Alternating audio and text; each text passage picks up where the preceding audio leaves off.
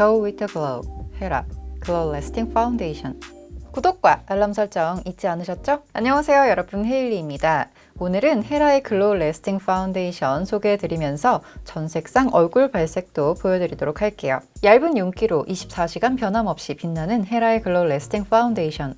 쉬어 볼륨인 컴플렉스와 레디언트 파우더의 함유로 매끈하게 밀착되면서 피부 결점은 얇고 고르게 가려주는 광채 커버 파운데이션이라고 하는데요. 살짝 점도가 있는 듯 하면서도 흐르는 제형으로 부드럽고 쫀득한 발림을 가지고 있었고요. 바를수록 느껴지는 밀착감과 광채가 인상적이에요. 자신의 톤에 맞게 선택할 수 있도록 12가지의 톤으로 출시되었는데요. 쿨, 뉴트럴, 웜 등 3가지 톤으로 세분화시켜 더욱 완벽하게 내 피부에 맞출 수 있도록 섬세하게 신경 쓴 모습을 볼 수 있었습니다. 헤라의 글로우 래스팅 파운데이션은 빛 반사율과 밀착력이 뛰어난 쉬어 피팅 필름으로 탄탄한 화장막을 형성, 맑은 윤기가 오랜 시간 지속될 수 있는 효과를 제공한다고 하는데요. 그래서 그런지 발랐을 때 느껴지는 광채가 굉장히 인상적이었고요. 피부 자체에서 광채를 뿜어내듯 은은하게 빛나는 윤광이 너무 예뻤어요. 이렇게 반짝이는 광채를 자랑하는 헤라의 글로우 래스팅 파운데이션, 이제 전 색상을 보러 가보셔야겠죠? 맑고 화사하게 쿨 17C1 페탈 아이보리. 페탈 아이보리는 핑크빛의 쿨톤 베이지로 17호에서 19호 정도의 피부톤에 추천하는 호수입니다. 21C1 로제 바닐라. 로제 바닐라는 핑크빛의 쿨톤 베이지로 20호에서 21호 정도 되는 피부톤에 잘 어울리는 호수예요.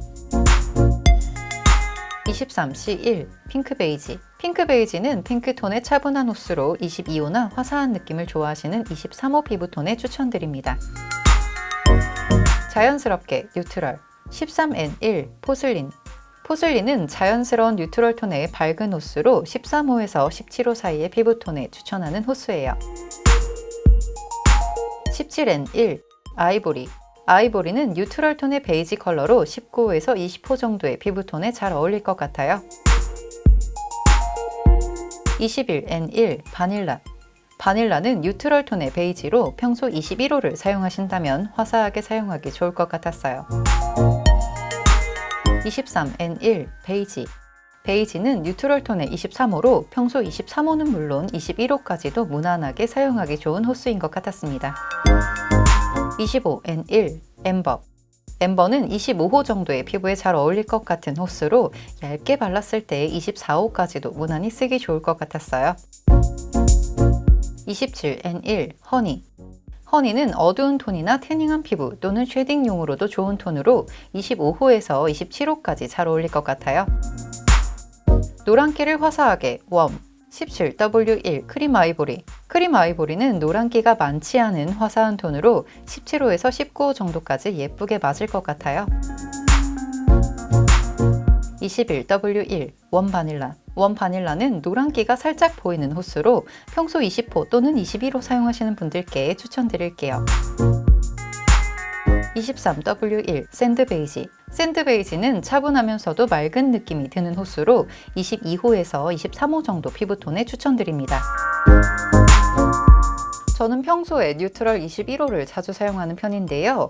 메이크업에 사용하는 색조에 따라서 20호에서 22호까지 다양하게 사용하고 있습니다. 헤라의 글로우 래스팅 파운데이션의 경우 처음 사용할 때 제가 자주 사용하는 호수인 뉴트럴 21호를 가장 먼저 사용해 봤는데요. 생각보다 조금 화사한 느낌이 들더라고요.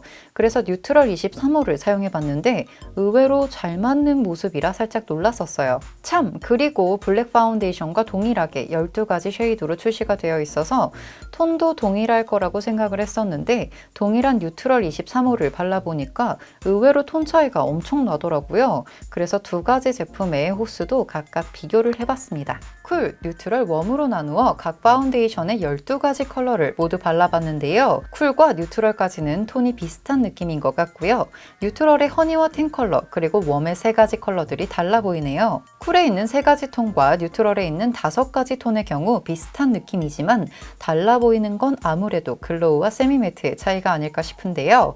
글로우 래스팅 파운데이션은 맑은 느낌의 발색이라면 블랙 파운데이션은 불투명한 느낌의 발색으로 글로우 레스팅 파운데이션이 수채화 물감이라면 블랙 파운데이션은 유화 물감인 것 같다는 느낌이에요. 그래서 비슷한 톤도 좀 더 달라 보이는 느낌이 있는 것 같고요. 이제 피부 타입에 따른 지속력도 좀 말씀드려 볼까 하는데요. 평소 시간이 지나면서 유분감이 많이 올라오는 타입이라는 친구와 평소 건조감을 많이 느끼면서도 시간이 지나도 유분감이 많이 올라오지 않는 제 피부에 글로우 레스팅 파운데이션을 발라본 뒤 살펴봤습니다. 두 명의 피부에 모두 무너짐은 거의 없는 편이었고요. 코역 게임도 많이 보이지 않았습니다. 엄청난 광이 남는 파운데이션으로 평소 저는 세미매트를 좀 더 선호해서 그런지 약간은 부담스러운 느낌이 없지 않아 있었는데요. 다른 친구는 평소에 은은하게 올라오는 광채 표현을 너무나도 좋아하는 친구여서 그런지 글로우 파운데이션의 광채가 굉장히 마음에 든다고 하더라고요. 그래서 구매하겠대요. 지속력이 굉장히 좋은 파운데이션으로 사실 수정 화장은 별로 필요하지 않을 것 같았는데요. 그래도 가끔씩 우리 수정 메이크업이 필요하잖아요.